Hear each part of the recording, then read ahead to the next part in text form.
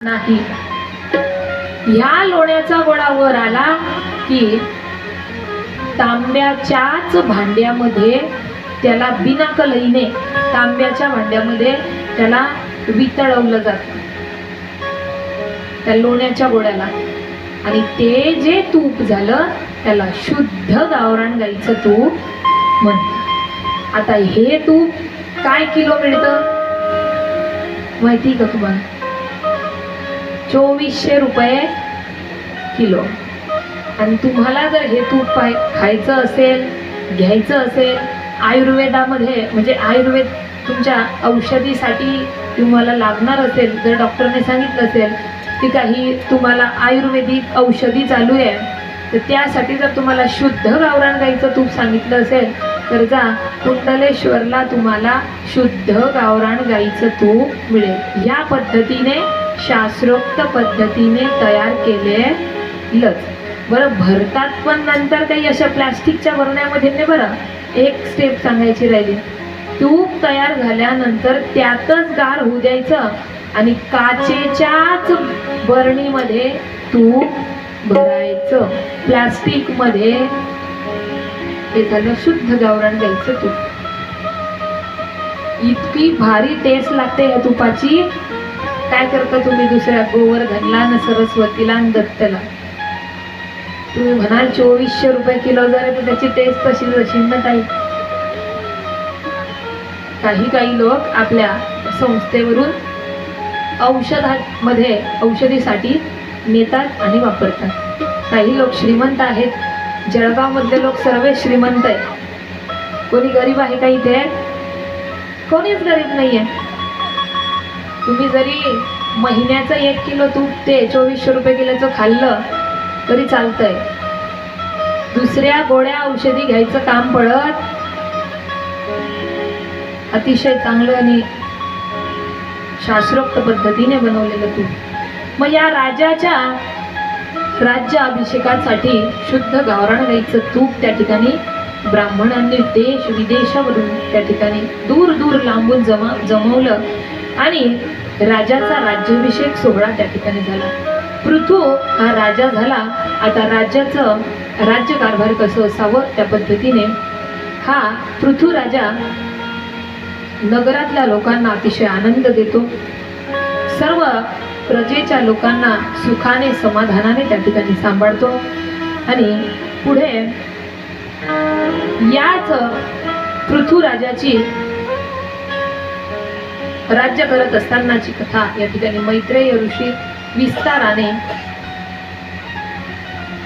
विदुर काकांना सांगतात की त्याने इतका पराक्रम केला होता, इतकं त्याचं नाव या सर्वीकडे पसरवलं होतं की देवदेवतांनी सुद्धा त्या ठिकाणी देवदेवतांनी सुद्धा त्याची वानखाणी केली होती. आणि असा हा पृथू राजाचं वर्णन या ठिकाणी सांगितलं. आता पृथू राजा राज्य करत असताना एक वेळेस या पृथू राजाच्याच राज्याच्या वेळेस पृथ्वी माता हिने सर्व पृथ्वीवरचं जे काही सजीव लोकांना लागणार आहे ते सर्व लपवून ठेवलं. कुणालाही देत नव्हती, गुप्त पद्धतीने राहत होती. ही गोष्ट माहीत पडली पृथ्वीराजाला.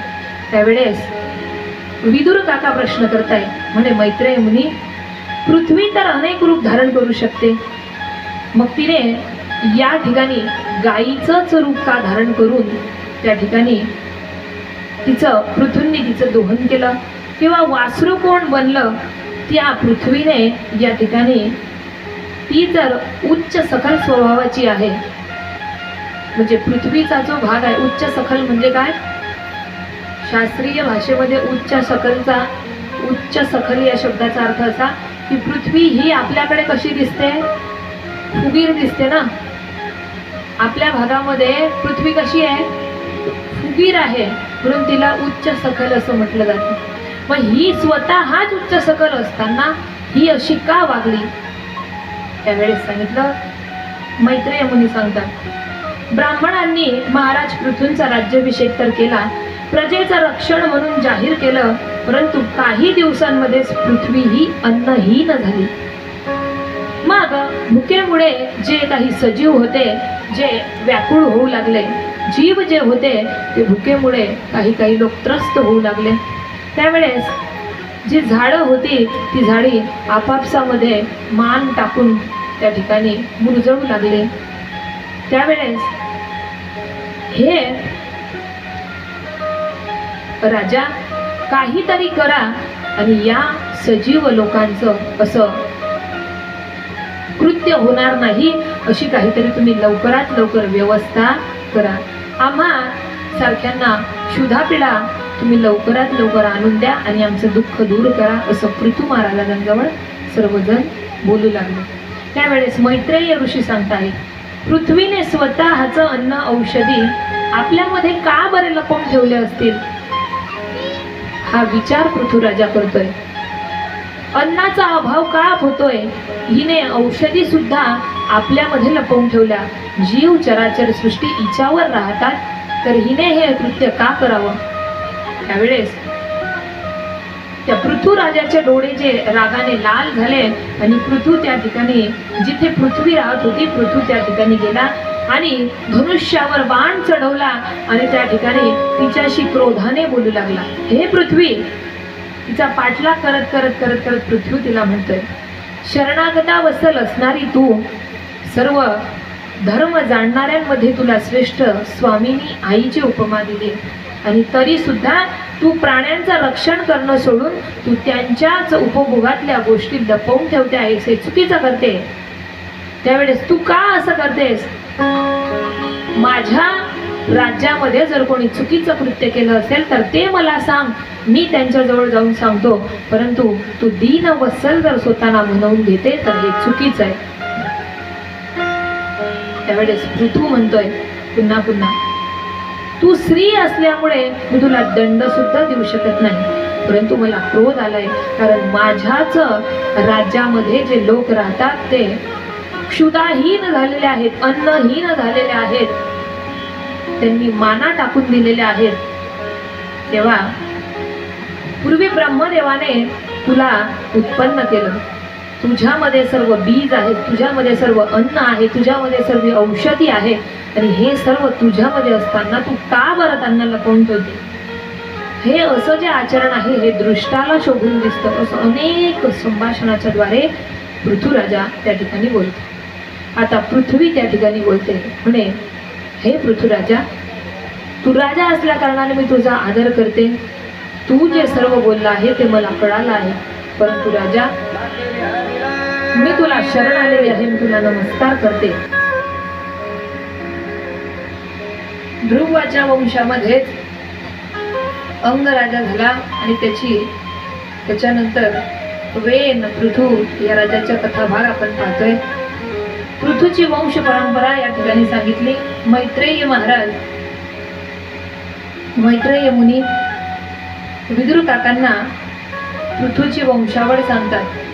पृथूच्या नंतर हा जो पृथू होता सर्व काही राज्यकारभार सुरळीत पाहून सर्व लोकांना आनंदमुक्त करून त्या ठिकाणून भगवंताच्या परमधामाला तो निघून गेला. त्याच्याच वंशामध्ये त्याचा पुत्र यशस्वी विजिताश्व याचा जन्म होतो. हा सम्राट झाला आणि याने पुढे राज्यकारभार पाहिला. त्याला आता हा जो विजिताश्व होता यालाच सम्राट बनवलंय. 4 मुलं असताना या विजिताश्वाला यासाठी सम्राट म्हणजे राज्यपद दिलंय की हा विजिताश्व जो होता हा पृथू सारखाच सर्वांची धुरा सांभाळणारा होता आणि नीतिशास्त्र जाणणारा होता. याने 4 मुलांपैकी 4 एकेका दिशेचे राज्य दिले होते, परंतु सम्राट मात्र विजिताश्वाला बनवले होते. 4ही मुलांना राज्यकारभार या प्रकारे दिला. त्याने हयाक्षाला पूर्व भागाचं राज्य दिलं, धूम्रकेशाला दक्षिणेचं राज्य दिलं, रुकाला पश्चिमेचं राज्य दिलं आणि द्रविणाला उत्तरेचं राज्य दिलं. त्यानंतर त्याच्या पत्नीचं नाव, विजिताश्वाच्या पत्नीचं नाव होतं शिखंडिनी. आणि हिच्यापासून या शिखंडिनी आणि विजिताश्वाला 3 मुली झाल्या. या पावन, पवमान आणि शुची अशा पूर्वी यांनाच काही कारणास्तव वसिष्ठ महाराजांचा शाप मिळाला होता. आणि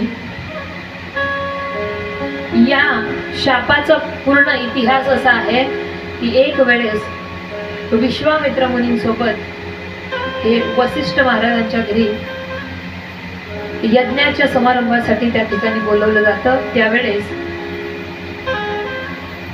त्यांच्यामध्ये ही जी स्त्री होती शिखंडिनी, ही पूर्वी, आता शिखंडिनी आहे परंतु पूर्वी ही जी एक स्त्री होती ऋषींसोबत सेवा करणारी, त्यांच्यासोबत राहणारी, हिला वसिष्ठ महाराजांनी इतर ऋषीमुनींसोबत शाप दिला होता. तो शाप यासाठी की ज्या वसिष्ठ महाराजांच्या घरी हे गेले होते त्या ठिकाणी त्या वसिष्ठ महाराजांकडे एक नंदिनी नावाची, कामधेनू नावाची गाय होती. तिचं नाव नंदिनी होतं. ती कामधेनू वसिष्ठ महाराजांचं सर्व काही पाहत असे. वसिष्ठ महाराजांचं जेवणाचं, पंचपक्वान्नाचं सुद्धा हीच कामधेनूप्रमाणे ही नंदिनी त्या ठिकाणी राहत होती.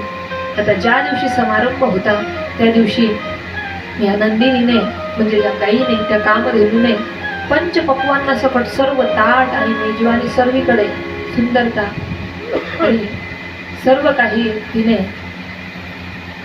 त्या ठिकाणी तयार केली. आणि कार्यक्रम चालू झाला.